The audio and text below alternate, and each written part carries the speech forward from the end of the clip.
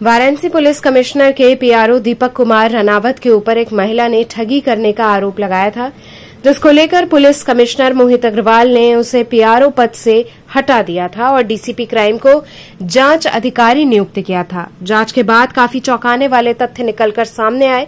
उन पुलिस वालों के लिए भी एक चेतावनी है जो सोशल मीडिया पर अधिक फॉलोअर्स पाने के लिए वर्दी के साथ अपने फोटो और वीडियो पोस्ट करते हैं। उनके फोटो और वीडियो का दुरुपयोग साइबर अपराधी किस तरह से कर रहे हैं, उसका जीता जागता उदाहरण डीसीपी क्राइम ने दीपक रनावत के मामले में जांच के बाद मीडिया के सामने रखा। मीडिया से बात करते हुए डीसीपी ने बताया कि पिछले महीने 27 मई को पुलिस आयुक्त कार्यालय में एक महिला द्वारा एक शिकायत प्राप्त किया गया था, जिसमें एक गंभीर आरोप लगाया था। उस समय तत्कालीन पीआरओ के विरुद्ध नौकरी दिलाने के नाम से 16 लाख रुपए की ठगी का आरोप लगा था। इस मामले में जांच शुरू की गई थी। आज इसका खुलासा हुआ है। इस पूरे प्रकरण में घटना इस प्रकार हुई है, जो पुलिसकर्मी सोशल मीडिया प्लेटफॉर्म में एक्टिव रहते हैं, उन्हीं लोगों का साइबर अपराधी शिकार बनाकर उन्हीं लोगों का फोटो और वीडियो प्रयोग करके फर्जी आईडी बनाकर, और जो सब इंस्पेक्टर दीपक कुमार रनावत के अलावा एक और सब इंस्पेक्टर अभिजीत कुमार है जो जनपद गोरखपुर में तैनात है, उनका भी एक फर्जी आईडी बनाकर ऐसे लोगों के साथ घटना किया है। पूछताछ में सामने आया है कि अभी तक पिछले 1.5 साल में 14 महिलाओं के साथ घटना कारित कर चुके हैं, जिसमें अधिकतर महिलाएं मथुरा और आगरा की रहने वाली थी। इसके अतिरिक्त नई दिल्ली, पटना, बलिया, हरियाणा, मैनपुरी विभिन्न जनपद से एक एक महिला को इन्होंने टारगेट किया। ये 2025 में जांच का मामला शुरू हुआ, जिस महिला ने वाराणसी में कंप्लेन किया, उनसे इन्होंने 16 लाख रुपए 2 हिस्से में लिया। ये पूरे 16 लाख को इन्होंने एक व्यक्तिगत मकान बनाकर उसमें खर्च कर दिया। मामला सामने आया है, कितनी गिरफ्तारी हुई? ये पिछले महीने 27 तारीख को पुलिस आयुक्त कार्यालय में एक शिकायत प्राप्त हुई, जिसमें एक गंभीर आरोप तत्कालीन सब इंस्पेक्टर दीपक रनावत, जो उस समय पीआरओ थे, उनके ऊपर ये आरोप लगाया था कि मुझे ये नौकरी दिलाने के नाम से मेरे साथ 16 लाख की ठगी की है। और इस क्रम में मुझे एक इंक्वायरी प्राप्त हुई थी, और इंक्वायरी के दौरान ये पता चला कि एक मुनफैद जो जनपद मथुरा का रहने वाले हैं, ये पूरा घटना के पीछे हैं।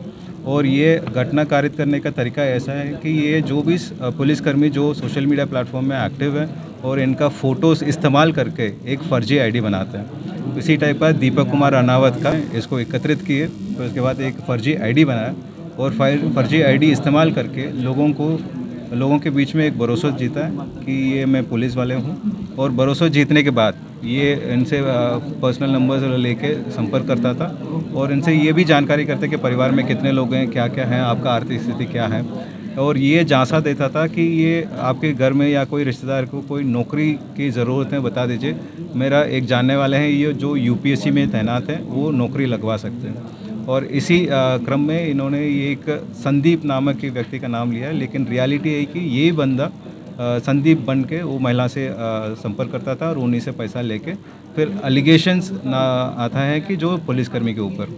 और ये दीपक के अलावा एक और सब इंस्पेक्टर है जो जनपद गोरखपुर में तैनात है, उनका भी फर्जी आईडी बना के कुल 11 महिलाओं को किया और दीपक का नाम लेके कुल 3 महिलाओं को साथ ऐसे घटना कारित करे। कुल ये व्यक्ति पिछले 1.5 साल से 14 महिलाओं के शिकार बनाया और इसमें से कुल अप्रॉक्सीमेटली 50 लाख से ऊपर इन्होंने ऐसे साइबर ठगी किए। इसमें से जो 14 महिलाएं थी, जिसमें अधिकतर जनपद मथुरा का रहने वाले थे, 6 मथुरा से, 3 आगरा से है, एक महिला नई दिल्ली, हरियाणा, पलवल, बलिया, और ये लेकिन वहाँ उनसे पैसा की लेन देन नहीं हुई है, लेकिन केवल ऑनलाइन में बातचीत हुई है। और एक महिला बलिया का रहने वाली थी, उनको भी शिकार बना के उनसे भी पैसा लिया गया। सर, कितनी दिनों में कामयाबी मिली है पुलिस को, कितनी दिन लगाई सब? ये हमें शिकायत प्राप्त हुई थी पिछले महीने 27 तारीख को, और 28 तारीख से हमारा टीम लगी हुई थी पूरा, और हमने विगत 8 से 9 दिन में ये पूरा खुलासा कर लिए। और ये इसमें ये भी उल्लेखनीय बात है कि ये जो 27 लाख रुपए एक और महिला से लिया जो जनपद मथुरा का रहने वाली थे, उस संबंध में थाना कोतवाली जनपद मथुरा में एक मुकदमा लिखा गया और साथ ही साथ जो सब इंस्पेक्टर जो गोरखपुर में तैनात है उनकी तरफ से भी एक मुकदमा लिखा जा रहे हैं जो इम्पर्सनेशन का है, जिसका वो अपना आइडेंटिटी चुरा के एक फर्जी आईडी बना के लोगों को ठगी करने के मामले में वो जनपद गोरखपुर से भी मुकदमा लिखा जा रहे हैं। सर, दीपक रनावत का नाम क्यों लिया? क्या आप पहले से वो दीपक रनावत को जानता था? ये दीपक रनावत का नाम इसलिए जाना है क्योंकि ये जो शातिर अपराधी है जो नॉर्मली सोशल मीडिया प्लेटफॉर्म्स में देखता है कि कौन सब इंस्पेक्टर या कौन ऑफिसर जिसका सोशल मीडिया में एक्टिविटी ज़्यादा है, और क्योंकि उस प्रोफाइल से उनको ज़्यादा से ज़्यादा फ़ोटोज़ भी मिल जाते हैं, वीडियोज़ भी मिल जाते हैं, और उस फोटोज़ और वीडियोज़ को यूज़ करके और बाकी लोगों को शिकार बनाते हैं। कैश के रूप में पैसा लेता था या अकाउंट में या क्या मोड होता था? ये तीनों तरीके इन्होंने अपनाए हैं। कुछ महिलाओं से इन्होंने अकाउंट में पैसा लिया है, कुछ महिलाओं के साथ इन्होंने कैश भी लिया है और कुछ लोगों से इन्होंने जेवरात भी लिए। इसके सेल्फ अकाउंट की भी जांच की गई? ये अभी इसके नाम से टोटल 2 बैंक अकाउंट सामने आई है और दोनों बैंक अकाउंट को फ्रीज किया जा रहे हैं, और साथ ही साथ ये घटना के बाद जो संपत्ति अर्जित की है इन्होंने उसको भी कुर्क किया जाएगा, अटैच किया जाएगा। क्या नाम था आपका? सर, संदीप नाम का व्यक्ति था और जिसने ऐसा ही दीपक के नाम से अपनी आईडी को खोल रखा था और उसी के माध्यम से उसने जॉब लगवाने के लिए हमसे बात की थी पैसे के लेकर। तो मैंने 2 बार में इसको 16 लाख रुपया दिया था, बाकी इसने 2 लाख रुपये मेरे अकाउंट से भी निकाला था। ये क्या कह करके लिया था आपसे? क्या सर? क्या कह करके लिया था? यही यहाँ कि मैं जॉब दिलाऊंगा, स्टेनो की वैकेंसी होगा, मतलब है हाई कोर्ट में, उसमें मैं आपके बेटे की जॉब लगवाऊंगा। क्या प्रोफाइल फोटो लगा रहे हैं? सर, दीपक रानावत का एक कार था और मतलब थार वगैरह का उसका ही पूरा प्रोफाइल जो भी होता था सारा, उसकी आईडी से इसकी ID same to same match करती। फिर आपने क्या किया, कैसे ये पकड़ा गया? सर, मैंने इसकी आईडी को सर्च किया और मैंने देखा कि इसकी पोस्टिंग कहाँ है। मैं तो सही दीपक को ही जानती थी, मैं इस शख्स को नहीं जानती थी क्योंकि उसके थ्रू मेरी इससे बात हुई। जब मैंने सर्च किया मुझे पता चला इनकी पोस्टिंग यहाँ कमिश्नर के यहाँ है, तो मैं डायरेक्ट यहाँ पर आई और मैंने सर को जाके अपना एप्लीकेशन दिया, तो उससे सब सारी चीज़ें निकल के आई। सर ने टीम भेजी, पता चला। कब संदेह हुआ कि ये फर्जी है? सर, इसने नाइट में एक बार मुझे कॉल किया और कहा कि मैं आपका 1 लाख रुपीज़ वापस कर रहा हूँ, आप मुझे अपना अकाउंट भेजिए। तो मैंने इसको ATM भेजा। जब मैंने इसको ATM भेजा तो ATM से मुझे पता चला मेरे अकाउंट में 8 हज़ार रुपये पड़े थे। इसने जब वो निकाले तो मुझे डाउट हुआ, मैंने इसको फ़ोन किया। उसके बाद तभी से मैंने डाउट हुआ। मैं दूसरे दिन अपना अकाउंट चेक किया, उसमें भी पैसे नहीं थे।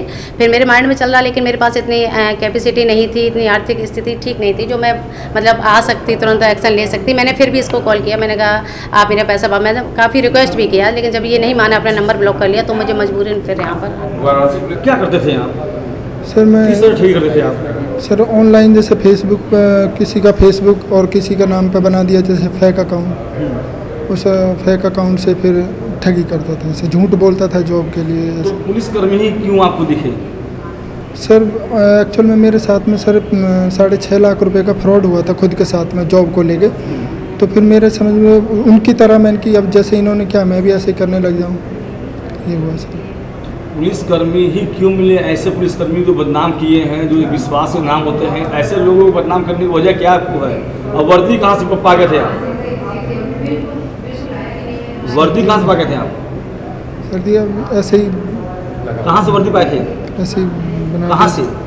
ऐसे ही सर, जैसे फेक अकाउंट बनाया था ऐसे ही वर्दी बना। वर्दी मिल गया आपको? कैसी वर्दी थी, इंस्पेक्टर की या पुलिस की? इंस्पेक्टर की। Sub inspector.